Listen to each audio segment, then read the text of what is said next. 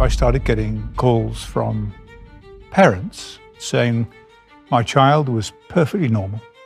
They stopped sleeping at night, they were screaming, they were in pain. The lights went out in their eyes was a very common description. Doctors say, this is just part of autism. Get over it, put your child in a home, have another child and forget about it. What were they thinking? This is their quote, we are not going to be left with an orphan drug. And so it was decided to avoid that, they would put it into one-day-old infants.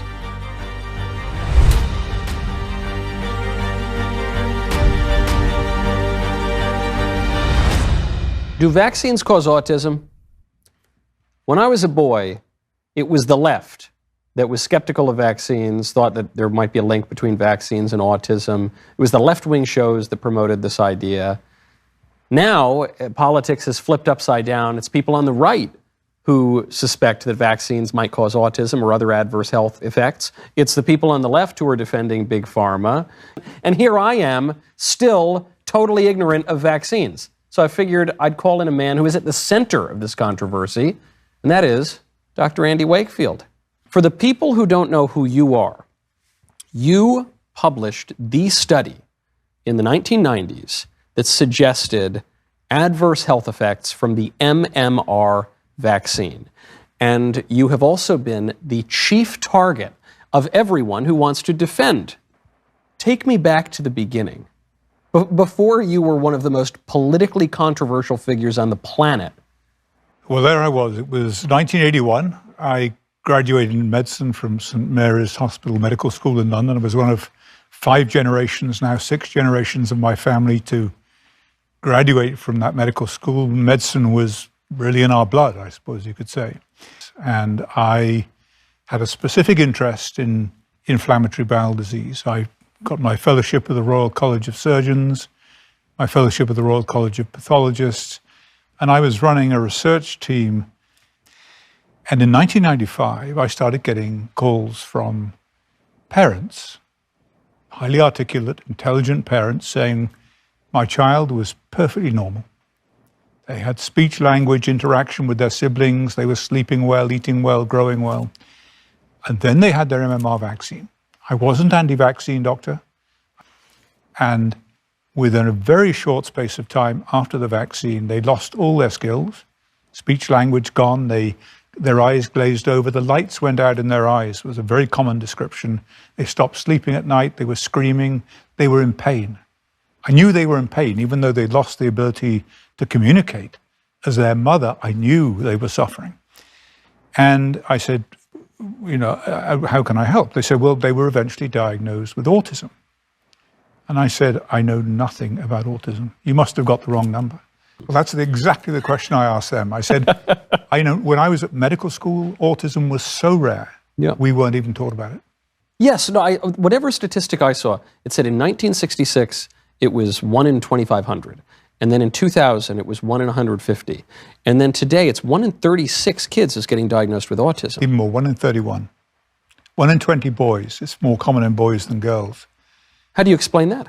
Well, that's a very good question. So this is what the parents brought to my attention. They said, doctor, my child has intractable gastrointestinal problems, diarrhea, alternating constipation and diarrhea, bloating, abdominal pain, failure to thrive, all the cardinal features of an underlying inflammatory bowel disease. But the doctors and nurses I've been to see doctors say, this is just part of autism. Get over it, put your child in a home, have another child and forget about it. They said, the other thing, doctor, is there is an epidemic of this problem, of developmentally normal children suddenly losing their skills and becoming autistic. And so I said, okay, now the fundamental rule of clinical medicine, okay, let's go right back to the beginning, is to listen to the parents. No one knows children like their parents, particularly the mother. I put together a large team of some of the best people in the world. The leading pediatric gastroenterologist in the world, Professor John Walker-Smith, and his team from St. Bartholomew's Hospital, psychiatrists, neurologists, and people. And we came together and we investigated these children. When we scoped them, we biopsied, we looked at the biopsies under the microscope, there was inflammation. The parents were right. And when we treated that inflammation with the kind of medication that we would use for Crohn's or colitis, anti-inflammatories, dietary intervention, removal of gluten and cow's milk products from the diet, there was a dramatic improvement. They were fine, they weren't fine, they improved. And those time points were punctuated by their exposure to the vaccine and then their removal of these potential toxins from the diet. And the historical teaching of the experts in autism was that symptoms manifest from birth. Autism is genetic and it starts from birth.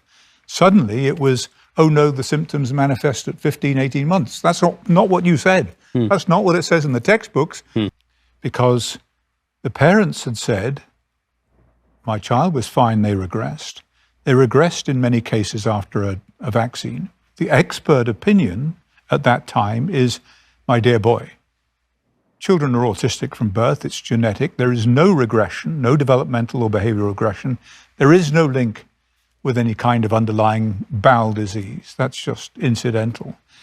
There is no improvement, the diet has no effect at all. The medical experts, God save us from medical experts. You could take that library of textbooks written by experts and burn it to the ground for the value of the story from one parent telling you what actually happened. Now, when they say, I believe my child regressed after a vaccine, with that knowledge, do we dismiss their story? Do we say, actually, you know, you may be right, but this isn't going to be good for my career, so would you take your child and leave this room and shut the door behind you? Thank you. That's what happened. That is what was happening. And that's not what I signed up for. That's not what I went into medicine. I didn't have a bias one way or the other about whether the vaccine was involved, but there was a moral and professional obligation to investigate. And my pediatric colleague said to me at the time, Andy, we as pediatricians cannot be seen to question the safety of MMR. I said, what does that mean? Is your priority not to your patients, rather than to your reputation amongst your careers at the Royal Society? I was called into his office. He said, Andy, if you continue this vaccine safety research, it will not be good for your career. And in 1998, you published the famous study in The Lancet. Right.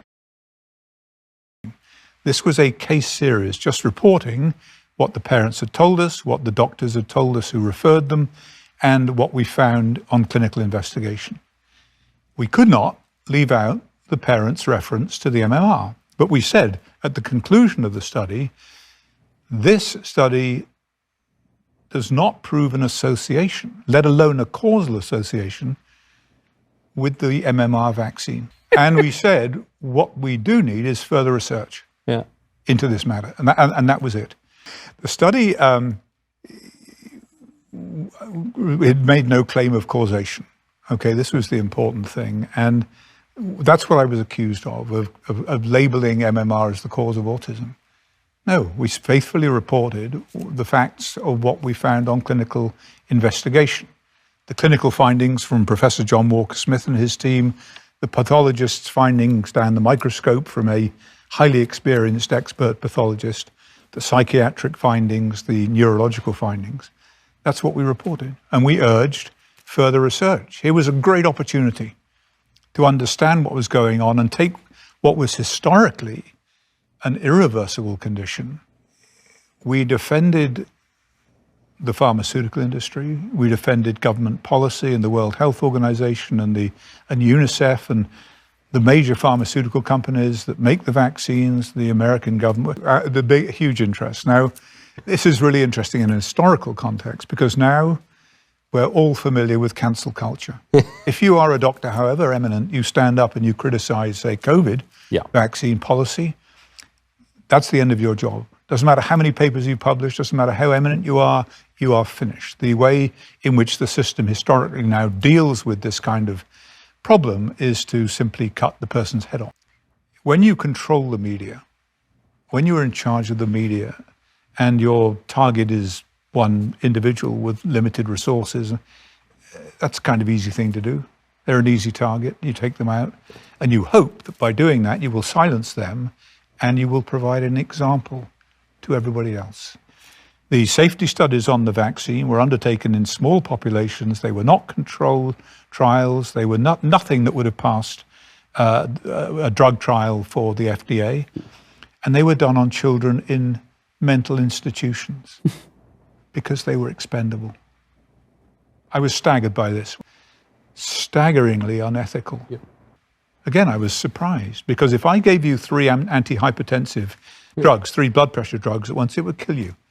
So why is it okay when you're taking 3 live viruses and putting them together in combination in a way that nature has never seen them before? Right. Why is that okay? And so I did the research and I found precisely that there was interference between the viruses in the component in the combined vaccine.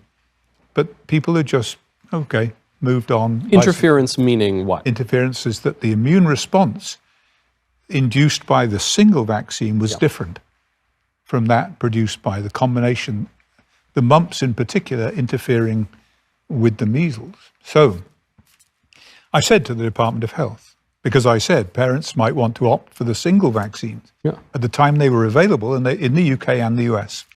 And I said to my colleagues, if asked by the media, this is the position I take. Vigorously support the continued use of the single vaccine. What happened is in the UK, the government stopped the importation license of the MMR vaccine. And so the option for parents was taken away, even if they wanted to protect their child against measles. I said to the head of vaccination in the UK, why, if your objective is to protect children against measles, principally against measles, why would you take away the option of parents being able to do it with a single vaccine? Yeah.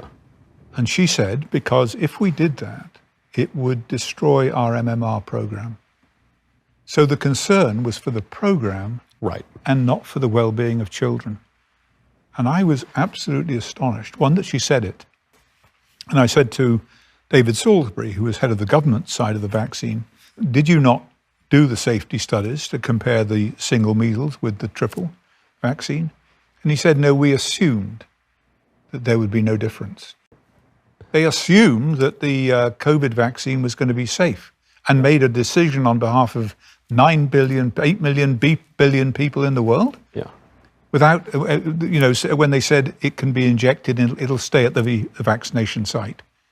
That was an assumption. They then found it went everywhere in the body, in particular, got into the brain and the ovaries and wherever else. That assumption was entirely wrong. You don't make assumptions about safety on behalf. We started to do a lot of research, and we published, before I left the Royal Free, it wasn't just that Lancet paper, we published 15 papers on this subject, pursuing it to its natural conclusion, but it was sabotaged and that came to an end.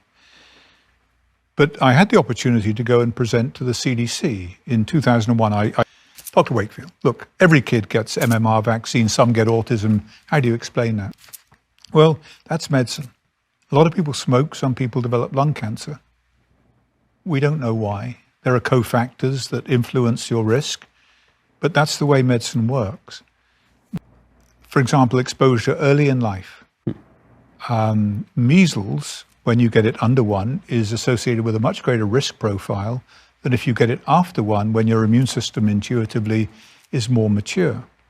So does the same pertain to the MMR? Right.